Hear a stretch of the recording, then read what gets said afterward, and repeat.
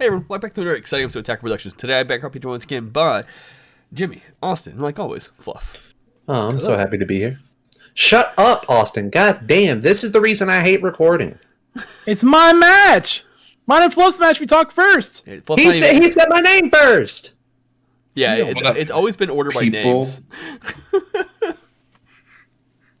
Sorry, I talked over you, Fluff. You want to say that again? I just said what up, people. I don't know why people are yelling. We've done this long enough to know an order of operations, which we don't follow. It's all good. Thanks for joining. There's a match. It's me and Austin. Cooler Mill versus Set 16 SSG Goku. Let's get into this match. Nothing special, right? It's the same Cooler Mill we saw, a couple weeks ago, I think it was? Yeah, from last week, yeah. Where you've added the Oceanus as extra support, the Shinron 4-drop, negative energy overflow, or whatever it's called. Yeah, negative energy explosion. The Oceanus I've had in there since it's been released, so I just keep borrowing them because they're too expensive. And then the Sin Shinron and all the other stuff was added last week, along with the Janemba Unison and the Tapions and the Trunks counterplay. I will say going through this matchup, and since we were on camera, I was on the side like, this is going to be really fun because there's a lot of cards in this deck that can just burst for their effects, and then I have to choose if I want to play those for those effects or not. And since I'm playing against a mill deck, I have to not rely on all my draws this deck could potentially do and the bursting, and focus more on just trying to get good cards out and hit you. Yeah. So, for those of you who are not familiar with the new Goku leader from Set 16, it's an interesting one. So, on the front side, it has Activate Battle. You pitch a blue Saiyan, if correct, to draw one and take up to 1 life to your hand. And then you can do it during your turn, obviously, in your opponent's turn, which is really great. I think it also says negate this skill for the turn, so that way you can't do it more than once per turn. The Awaken is either 2 life, or when you move 5 blue Saiyans from your drop to underneath the leader, which was very confusing at first when I read it. I was like, I don't understand, how do you get Saiyans underneath your leader? It's just the Awaken condition. That's the cost. You move them from the drop area to underneath the leader. And then from there on, you have 5 mono blue Saiyans, or 5 blue Saiyans underneath your leader, which you use on the leader's Awaken side. So on Awaken side, it is on swing, you draw 1, restand 1 energy. And you'll notice in this match, so there's a couple times where I'm like, Austin, hang on, can I take this back and do this first? Because of I gotta learn the order of operations. It's the first time I've ever played this deck, and he was kind enough to let me take those back to do those effects. And the Activate Battle is, you pitch X cards. For every card you pitch, this leader gets plus 2,000 battle power. And a lot of the cards you want to put underneath your leader have a effect when they're placed in the drop from underneath the leader. If there's no cards in your combo area, you can combo with this card. And those cards are pitched from under the leader, correct? Yeah, yes. Yep. And if you pitch up to 3 cards from underneath the leader, you get to draw 1 card and restand energy, which is really good on a offensive push if you want that extra energy, or a defensive push to have energy to spend for later use. And a lot of the cards have additional effects, like the Vegeta has an effect when this card is combo. I think it's from the drop or from the hand. You get to bounce one of your opponent's combo cards back to your hand. So depending on what they're comboing with, that's a really good thing or a really bad thing. Because you don't want to push super combos back to their hand, obviously. But if you're in a tight situation, that may be what you need to do. The Gohan will play himself, and then outside of that, all the other cards have counterplay abilities or counterattack abilities. Just full disclosure, playing against this deck, I had no idea what he was doing pretty much. So I just took him for his advice. Sure, it does that. Okay, sure. Ever since that one god-awful yellow Gohan leader that keeps flipping back and forth, anytime Bancroft plays one of these really quirky decks that have no rhyme or reason to me, I'm like, I just trust you.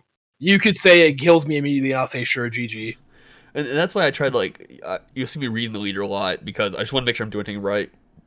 The Unison has the ability to draw 2, and then you have to bottom deck 2 cards in any order. That way you're kind of cycling through the cards you want to see, which is pretty good. It's better than dropping them, because, if you were to discard them against a mill deck, that would suck. And the Beerus with the Shinron on it is for 1 energy, you burst 1 card, you pitch a blue Saiyan, then you get to draw 2 cards. So it helps you putting Saiyans into your drop for your Leader's Awakening, and it helps you kind of cycle through your deck if you need to as well, which is pretty cool.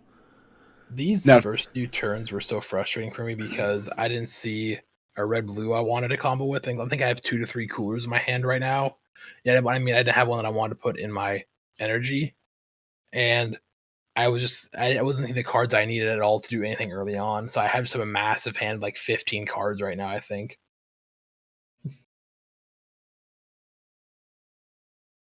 Bancroft, you talked a little bit about the awaken condition on this leader. Do you feel like that awaken condition caused you to waste resources in instances that you would not have otherwise used them just to get them in the drop area for the awaken skill? Well, for example, the leader's front side, you could pitch card. So I don't have to combo them off. I just pitch card to initially gain 2, like 1 from my life, 1 from drawing, which actually in the end liked a lot because that was one of the first conditions where like I had to figure out, okay, I need blue Saiyans, cool, but I would rather have blue Saiyans with effects in my to be put into my drop areas. So I had to like narrow it down to like 14 or 15 cards because you want to see them. And I think even in this case, when I did the Awakening finally, there are 4 blue Saiyans with effects when they're pitched from the leader, and only 1 without the effect. So then it breaks down to like, well, that one's just going to be a throwaway one, get an extra 2k if I need an extra 2k, or if I want to try to push for the discarding 3 underneath my leader, then there we go. So I did feel like deck space-wise, trying to dedicate like a quarter of the deck to these key Saiyan cards. Don't get me wrong, like I said, the Videl has burst 1, negate this attack, and play this card. The Trunks is a counterplay card. I think it's, I want to say burst 2. It may not have burst, but I feel like it has burst 2. But then you get to bounce one of your opponent's battle cards energy cost of 5 or less. I think it's bottom of their deck, if I'm correct. It might be to their hand, though. I need to go back and relook at it, but it's one or the other. And then the go-to, which is in my energy, is a counter attack. It's not a, I don't think that one's a burst, but it costs 2 to play though. So like they have additional effects if I have to use them for those purposes. So I know this Goku leader kind of got dedicated as the low carb Soul Striker when it was announced, and really put some fear into people that Soul Striker was going to get banned in favor of having this leader become like the lower end successor to Striker. But from what all the gameplay I've seen of this deck, it kind of has like its own play style that is completely separate from a normal Soul Striker deck. I'm sure if you would play more of the good blue cards deck variant of this, it would be more akin to Soul Striker, but it looks really interesting, and kind of, as just seeing this gameplay so far, I didn't get to play with you last night, but it's got me really interested in this deck. So comparing it to Soul Striker, like the Soul Striker leader itself, I enjoy it more. At the same time, I don't. Like you cannot get over swing, draw 1, restand 2. That is fantastic, and that always will be fantastic. Oh yeah, and just for clarification, the Gohan, when I comboed it off during his turn, pay 1 energy could play it, and here I just kind of went towards his unison because I knew that could be a problematic card, especially with the Trunks counterplays, and it's just an extra card for him to make me draw cards and mill cards if he wanted to. But this leader compared to Soul Striker, I for example, Austin, you're a fan of King Piccolo because the life is a secondary resource. So what makes this leader good is that once per turn, this leader has a extra form of resource that I can use during my opponent's turn. And I was trying to explain to Fluff, it's like a 1-1-3. So when you awaken, it's a countdown. First time you awaken, you have a free combo, a 7k potential combo, because the leader gets +2 naturally, and then the card will combo itself if you have no other cards in your combo area. So potentially you can pass anything that could be a problem. Like if your opponent combos with 20, boom, 22 right off the bat, without having to spend any cards from your hand. And you can do that 2 times in a row, and then that third time you do it, you use it to put, if you need to, an energy on board. That way you can potentially play a card or have that extra energy as a form of resource to use against your opponent's deck. Or you can use it on your swing to restand energy to have a bigger push going back to your opponent. And we see Austin finally got the chance to now start getting the mill engine out and running. And I think I do have a counterplay in my hand, and I'm just trying to figure out if it's worth getting him to tap down another card for or not. Yeah, whenever I play against blue, my whole mindset is to bait counterplays. Like, I know what cards are really good. I know what cards are really scary, but I also know what card I want to actually use. Oof. So there is a point. I can't remember exactly when it is in this match, but I do get to do the bait I wanted with a certain counterplay, and I had messed up at one point, and I'll bring it up in the video. I'm kind of remembering a lot, and it's one of those matches where so much is going on. I don't remember exactly the order of operations how everything happened, but it's just that's kind of how to play this game was. All right, I don't know what this deck does, but I know what blue does. So it seemed like this deck just plays cards and removes cards. So I have to play around just the cards that I know. There was I noticed a moment coming up where I get a little greedy and it bites me. I know that much. But this card right here, this 6-drop Goku, is it Miraculous Miracle or Miraculous Transformation? Transformation, yeah. Such a great card. I think last week we did a profile on your Soul Striker, and you kind of talked about this card where it's kind of like one of those old Deadly Defender cards. Yeah, where it's a 20k. Your opponent can still attack with their leader or their unisons into your leader, but it stops your opponent's battle cards from swinging into your leader. And it's a triple strike. It has barrier. It has deflectors. Is really good. Now I will say for no damn reason. Yeah, like that card didn't need all that. It didn't need all that shit. It's a deadly defender. It's 20k. Why does it need triple strike? and my only thing is that Austin had already played 2 coolers, so at this point I felt comfortable. I was like, okay, you know what? I think I could play this card and be fine because now he's expended 2 of his coolers, which do get past barrier, and they neg 10. So if he wanted to get rid of this card, he would have to expend 2 more coolers, which I was hoping maybe he didn't have at the time or whatnot. But Austin does draw a lot of this deck as well, so. Yeah, that's the kind of nice part with this newer stuff is once per turn on the Awakened side is when you minus the battle card, you do get to draw a card. On the Unawakened side, it's just on your opponent's turn. But with the cards I added with the Tapions 2, and then I just get to draw more. And that one Vegeta you see in my life, the 2-drop crit, it also lets you restand a red-blue energy at the end of your turn and draw a card. So it's just a little extra aggro there. And I added a lot more just kind of generic card draw. But Jimmy did give me some advice here that I did goof up on this. So that Vegeta, the Royal Transformation, whatever it's called, I cannot draw off of it if I'm using the red to discard it because it has to be in the battle area first to be considered a battle card. Yeah. So anytime a effect refers to a battle card, it usually tends to be a battle card in the battle area. So like this ruling come up originally with Cooler and the Whis super combo that would neg something 10. Yeah. People thought that was going to be the move in Cooler because you super combo, you get a draw off of negging a card off your leader. So it's essentially you're getting mill, draw, and neg all in one card. But it was ruled that the card has to be in the battle area to get the draw. And right here's what I was talking about. I saw a guy got his unison was down. And earlier I had messed up because I saw the 2 marker there for the double strike, and it confused me. So it's like, oh, he has 3 markers, so he can do it. And then I was like, oh no, he just has the 1. So I played Oceanus. I was trying to get around. I was trying to either bait out his trunks, but then I was like, you know what? I'm just going to Oceanus now because he did the big baby counterplay, and then he has 1 marker now, so I can Oceanus. So we didn't really go over it. The Unison has the one effect I mentioned earlier where you draw 2 bottom deck 2 cards. The secondary effect is it's minus X. For every 2 markers you remove, you can bottom one of your opponent's battle cards. And if you remove 4 markers, it gains 10,000 power and double strike. And I did swing the triple strike first, hoping you would gate, and then I could just baby it then. But you didn't, so I was like, okay, cool. Let me focus on doing this instead. And then when you went to play the second cooler, I'm like, no. Let's get rid of that crap. I don't need that anymore.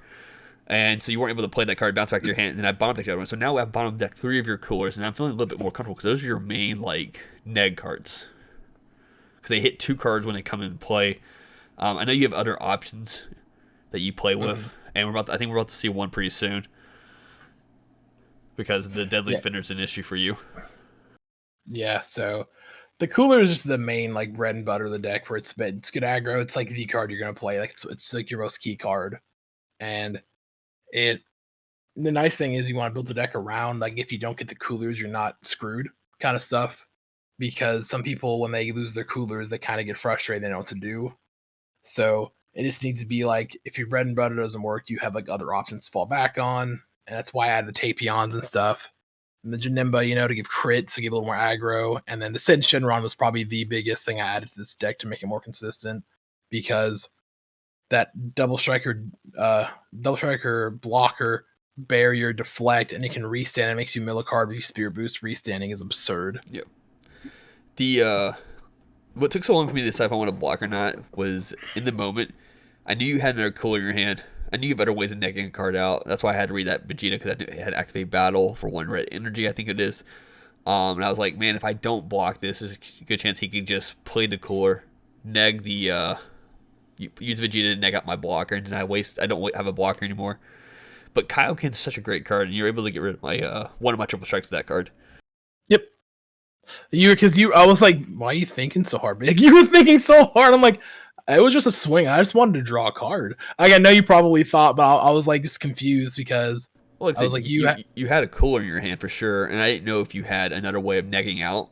And if I didn't use the blocker in that moment, you could have potentially negged it out, making me mill potentially 4 cards. No, yeah, I know. It's just in the set you were like, it was just you were so like frustrated, like trying to think, and I was just like, man, he's gonna be really disappointed when I just do nothing, just draw a card. And that's fine as well. Like, it's just one of the things you have to factor. Like, it'll also, if I didn't combo, if you have to let you swung to leader, I go down to 2 life, and then from there, like almost anything can kill me at that point. Yeah, this was just playing against blue is always interesting, and you have to think more, not the cards they're playing, but the cards they have in their hand, like they could counter, and just that's what always I find is the issue with blue is you have to think ahead what your opponent can and can't play. And then here I'm trying to get you down to 3 life, and I swing with the Goku first because it has a beautiful, I think it's activate main for 3 energy. You have to put this is also why I combo the Gohan from my battle area, because you need a Gohan, a Goten, a Trunks, a Vegeta, and a Videl, I think. And you, from your drop area, you put them underneath this Goku, and then you get to play the 6-drop and put it in active mode. Mm-hmm. Yeah, the deck's interesting. It's funny because I like the cards around the deck. I didn't like the leader that much. I felt like the leader was a bit weird. I know like there's a reason why I did all this because they wanted to have the whole theme, but because your leader, you put a card underneath, you get plus, put a card from underneath it in the drop area, you get plus 2k, right? 2k, and then some of the cards have the effects where if there's no cards in your combo area, you can combo them. Yeah. So right there, that I got a little confused here because I was like, I think it was this match where I got a little messed up, where I was like trying to figure out, but I was wanting to bait that card, and I kind of messed stuff up, and I was like, wait, okay, I wanted to bait that, but then I got confused, and I was like, is that the right move I did? And I had a little like weird moment there. Yeah, and here I'm trying to make sure you pitched a card for its effect and whatnot. Yeah. I think I only have 2 cards left in my life right now, I think. And this Vegeta is such a good Vegeta. Like, yeah, my deck. Like, it could just bounce 2 cards on play. It's such a good blue card. It's not a blue card locked to any leader. And so this is a fun fact. After I did that swing, Oceanus, I was like, yeah, that's pretty much game. I threw my life down. I was like, oh shit, hang on, you had no hand. I was like, I'm curious, what's the top card of your deck? I think it was rare battle card. I'm like, damn it, and I was like, wait, hang on. It was Beaver super combo, yeah. But then you would the next deck, the one life. Sleek.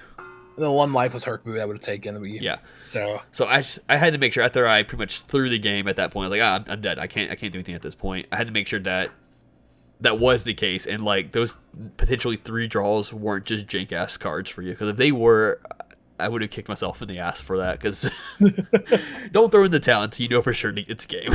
Yep. But overall, it was still a good matchup. Like I said, at the beginning of this match, I was like, man, this is going to be a horrible video. But I think like we still saw both of these kind of go back and forth. Both decks doing what they did best. And it still went down to the wire almost. So with that, hope you enjoyed today's matchup. There's buttons. They're there for a reason. They're on the screen while Fluff does the outro. Yeah, we got to see Cooler do cooler things, and we got to see the new SS God Goku do its own thing. Hopefully we'll see more of both decks in the future. Of course, we'll see more of Cooler. Hopefully we'll see more of the SS God Goku. But as always, read your cards, know your plays. Let us make the mistakes so that you don't have to, and Fluff out.